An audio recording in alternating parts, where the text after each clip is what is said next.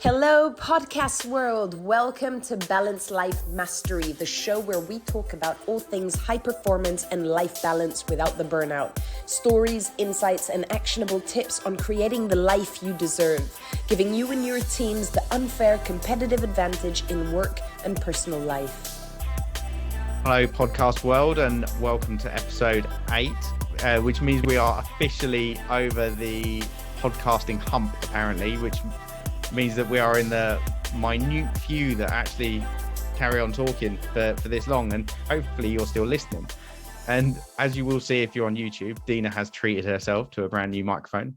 I have moved my microphone, so hopefully that means it works better. But we'll probably have terrible audio still, but it is a work in progress. We are getting better. When we have our recording studio, someone sent me a photo of a recording studio on a canal boat, and that's now my aim in life, to be able to rent that thing to do this every week. So there we go. Small goals, baby steps. I'll build my plan for us to get there. So with that, I'll put my sarcasm back in the box for a minute. And actually, it's a really important topic, but there probably will be a bit of sarcasm due to some of it. And it's burnout versus lazy, and which are you? And it actually turned out, I did a bit of research on Google. It's a highly asked question. If you look up the word burnout and you look at what our terms are asked in conjunction with that, it's like burnout versus lazy. And I don't know whether that's individuals that are searching for it or whether it's managers that are searching for it to work out how can they detect their team. But I thought it was a really interesting topic that we wanted to get started on from 2 burnout recoveries, and the focus of our organization is around helping people with burnout. So I think this is really pivotal. I mean, Dina, has this kind of thought gone through your head, or when you were kind of burning out, what was it like? So, you know what? This actually is something that hit me so hard, and I found very, very difficult to navigate. I started when I actually hit burnout, and it was this mental and physical, consistent fatigue.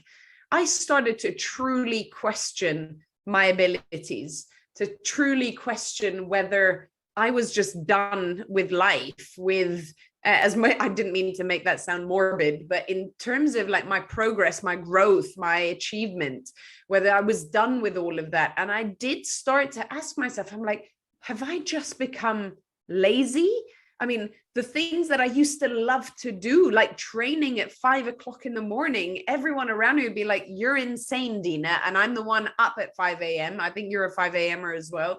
And I'm out the door and I'm ready to kind of be in the gym. And I just couldn't. So that was a big, big thing for me to be able to accept. But I think the key was for me to understand what burnout actually was, as opposed to feeling lazy. And the biggest realization for me was when someone told me, actually, and they're like, Dina, lazy people don't ever feel like working, right? There is zero history of participation, of performance, of dedication, right? But there's a history of not doing anything and a lack of interest and just not doing anything. But burnout happens of doing too much, right? That is the result of doing too much. And I think when I understood that concept, I learned to reflect on what I had done to my state to reach that point. Yeah, and that's a really good point about spotting that difference. And I always used to think burnout, like in between, I think you're always kind of burnt out, but you have in between sessions where you're sort of not so bad, or maybe it's the drive kicks back in. And I always used to think it was a bit like a sine wave. So I would go from this highly productive person that people were they were surprised at how much I was able to do. They kind of couldn't keep up, and I'd bring people on this massive journey. So maybe that was office setups, it was mergers and acquisitions, it was these big transformational programs at work. And right towards the end, when I kind of know I'm burying myself, I used to like book holidays like at the most inappropriate time. right? So sometimes like projects got delayed and you couldn't help it, but I would end up like going away either go live week or very shortly after, and I would be canceling one-to-ones, like finding excuses. I'd be like, pushing project meetings out and all this stuff, and I would like sit at my desk and sort of stare out the window, and I used to think that was me being lazy as well, and actually it's your body's way of like, I told you, right, now I'm going to show you. And it's like, it's the way of, it's the way of your body putting in rest. And there's a growth equation which is stress plus rest equals growth. And it's like there's a concept of having manageable stress. Like, you have to stress yourself, whether that's in the gym or in life. You can't develop without stressing yourself, but that doesn't mean continuous stress. And you have to have that rest. So whether that's resting between workouts, whether that's doing some really important deep work for a board presentation and then going for a walk at lunchtime, that's where you get the growth from. That's where you get these brilliant ideas that pop into your head, or that's where you get, muscle hypertrophy or whatever you're trying to achieve. And it's like, well, if you don't, your body just gives up. And it's the same thing at the gym, or people that run marathons, and you see them literally pass out over the line. It's like you push too hard for too long without that recovery. And it could have just been fuel recovery or drink recovery. And I think that's a really important bit to spot. But yeah, you spot, I hadn't really thought about that. If you're lazy, you're always lazy.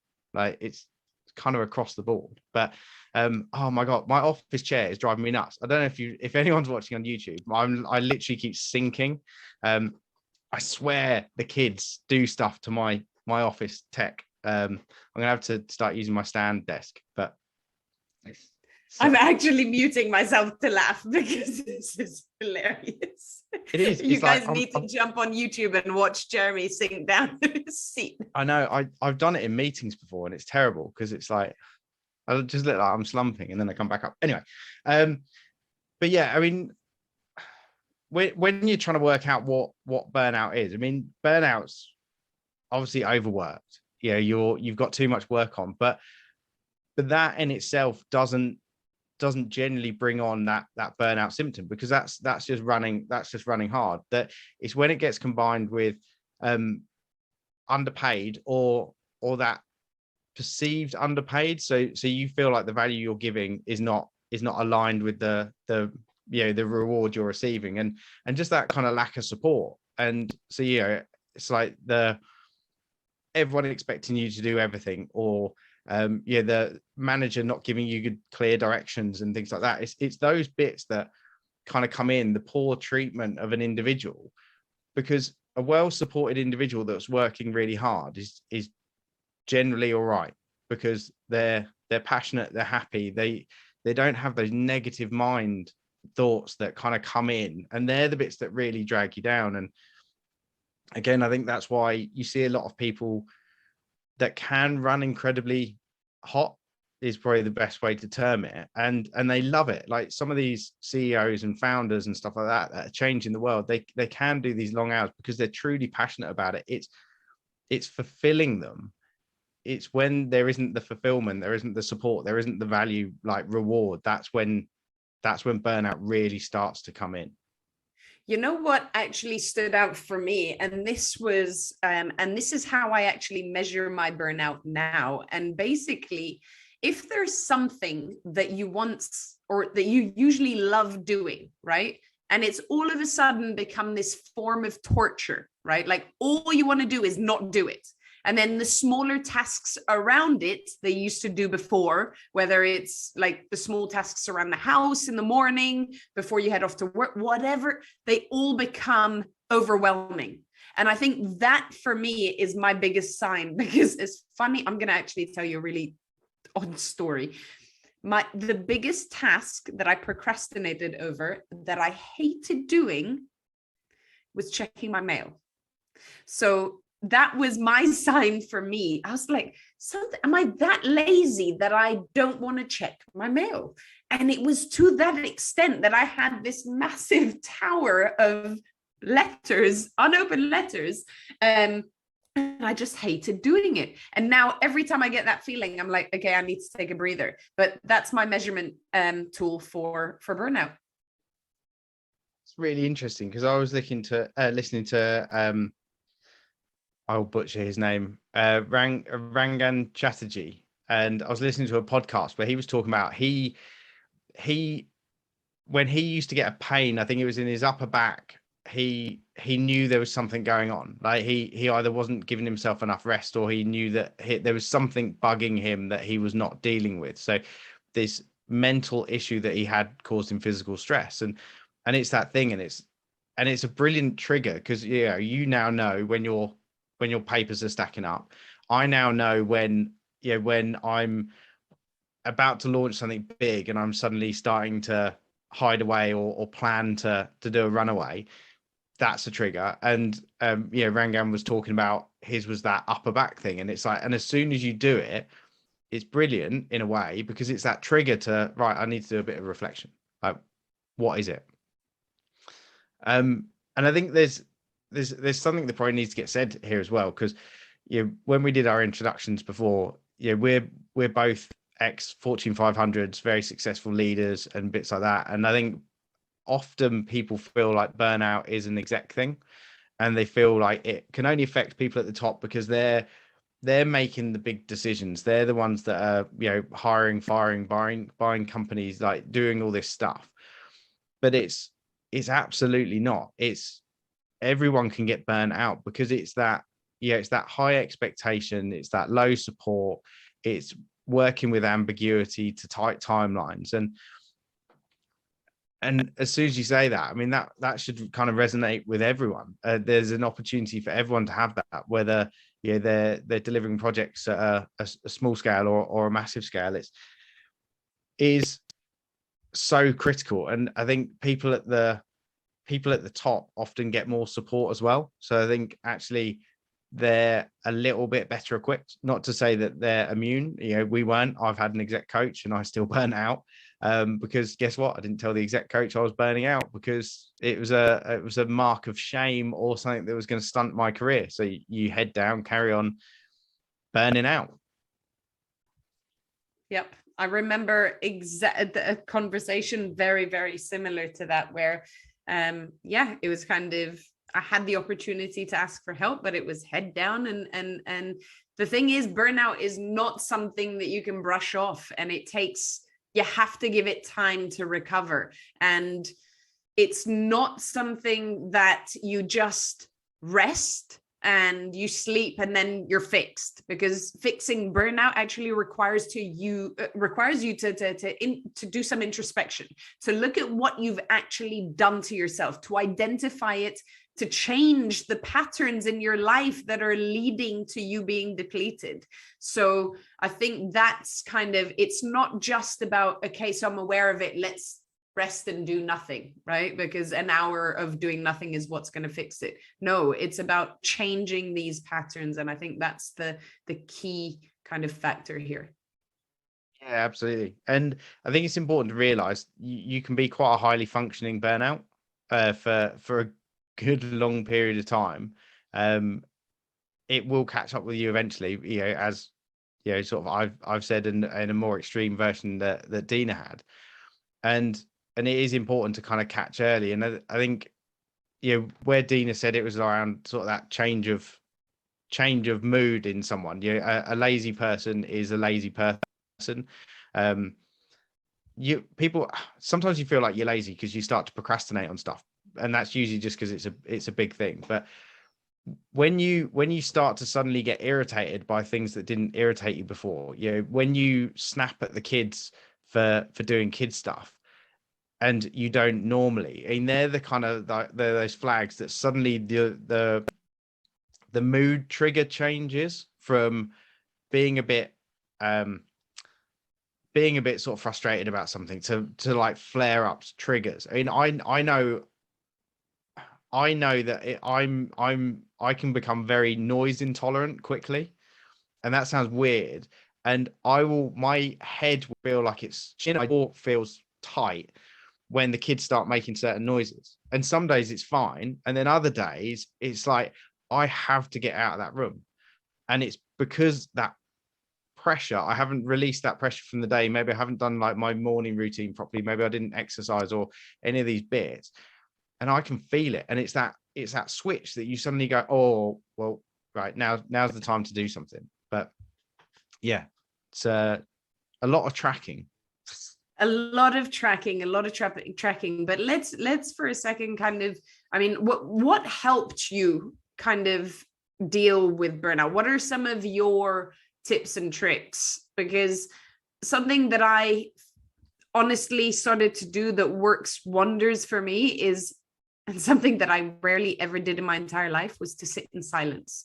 And it's, as you say, it's like you can feel this pressure building up in your head and you feel like you're gonna explode. And it's sitting in silence. And now on my Apple Watch, I've got the mindfulness reminders, and every morning during my last consulting role is when I felt it the most. And I would take the dog out for a walk at 5:30 in the morning, come back, and I would sit down for 10 minutes in absolute silence. And that really, our brains aren't designed to kind of withstand the constant barrage of stimulus, right? Which is essentially what we're doing. So I would give it time for silence outside of just being asleep and do nothing to rest it. So that's something that really helped me.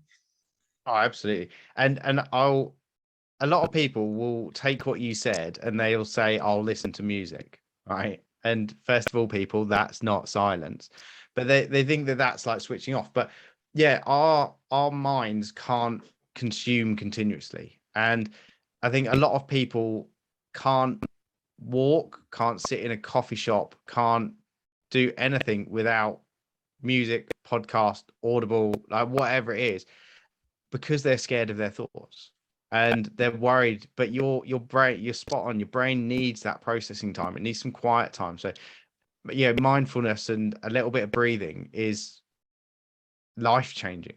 Like just giving you that little bit in the morning to kind of de-stress yourself or prepare yourself for the stress that's going to come. I mean, my biggest ones are, and as with everything we talk about, they're all like really simple and you'll probably all disregard them, but like try them, you will be amazed. Firstly, drinking enough water. Yeah, the amount of people that don't drink enough water, and a couple of percent dehydration impacts your cognitive functionality. And when you're stressed already, that'll shine a big old light on it. So it's like getting 2 to 3 liters of water a day into you. Light exercise, get those endorphins going. It's all around how do you give yourself that positive fill up in the morning. So what are the things that you can do that serve you well?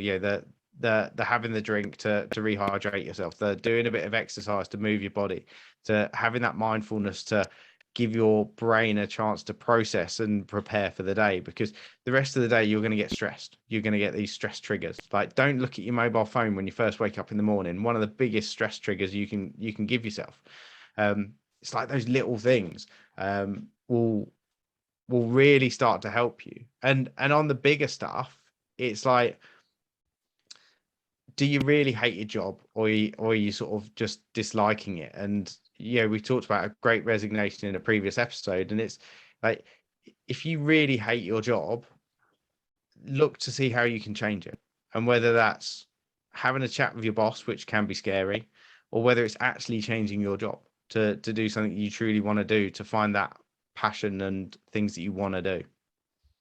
Yeah, definitely. I think one of the key things for me was to set aside ego, number one, okay? Because I used to be so ashamed of saying that I'm struggling with something, and we've talked about this before as well, but set aside your ego and accept that resting, recharging intentionally is part of high performance, is part of living this kind of high performance life, which you may or you may not want, but the majority of listeners here are kind of the people who are after their goals and all of that stuff. So, and I think the second thing which is super, super important is we can sit and complain day in, day out, but at the end of the day, our habits are what give us the results that we live in.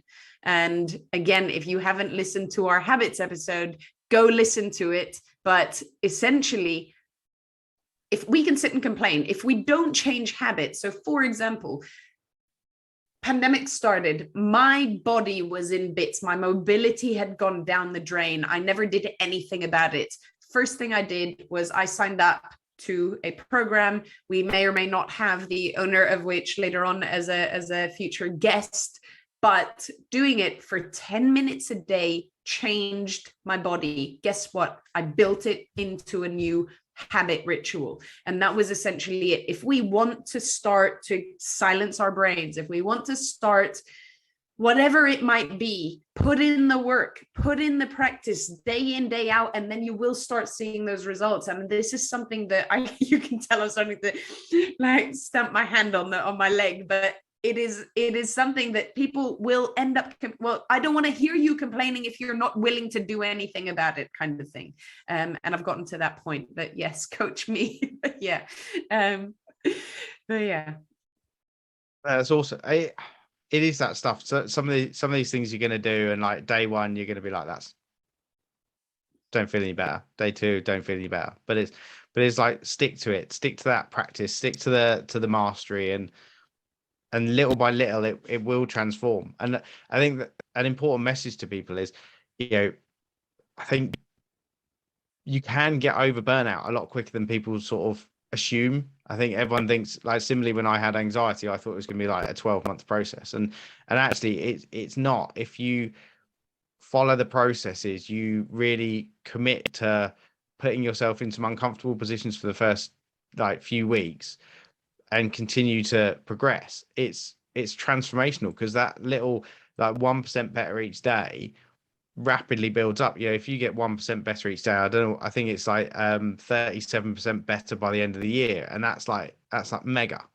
And that's where you have that value. So don't put something off. Don't think that, oh, there's no point, because even a little tweak like the taking one day off a week, or doing that mobility to help you, so you don't feel like sore getting out of bed or walking up and down stairs and stuff like that. Like that will make you happy. Like, imagine chasing after your kids and your back isn't blowing up all the time. Like that's happy, not big car, big house, big whatever. Exactly.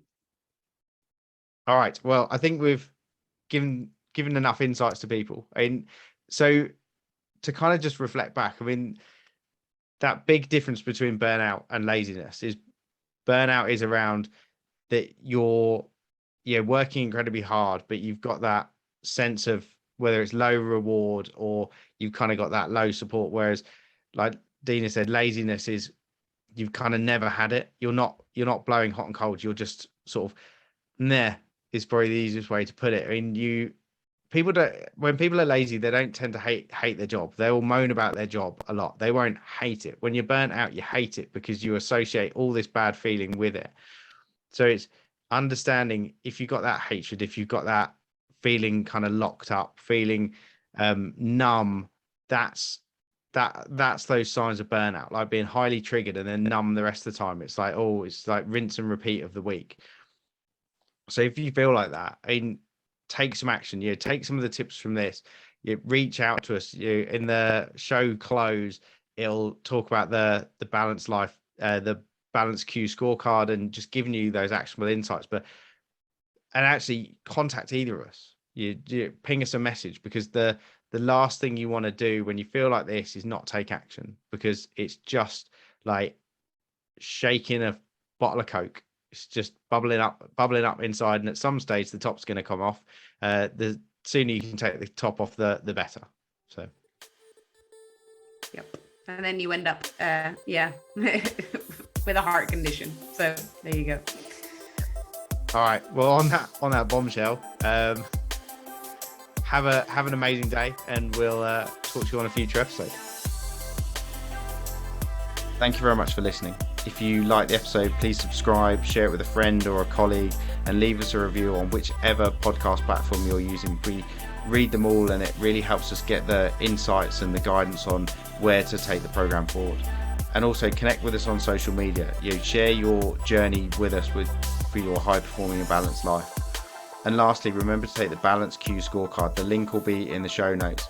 And BalanceQ, or BQ, is your balance quotient. It's your ability to live this high performing and balanced life, both in your personal and professional career. And when you take the scorecard, you get actionable insights, you get the steps that you can take to really take yourself on this journey. So with that, we thank you very much for listening and look forward to you listening on a future episode, and have an amazing day.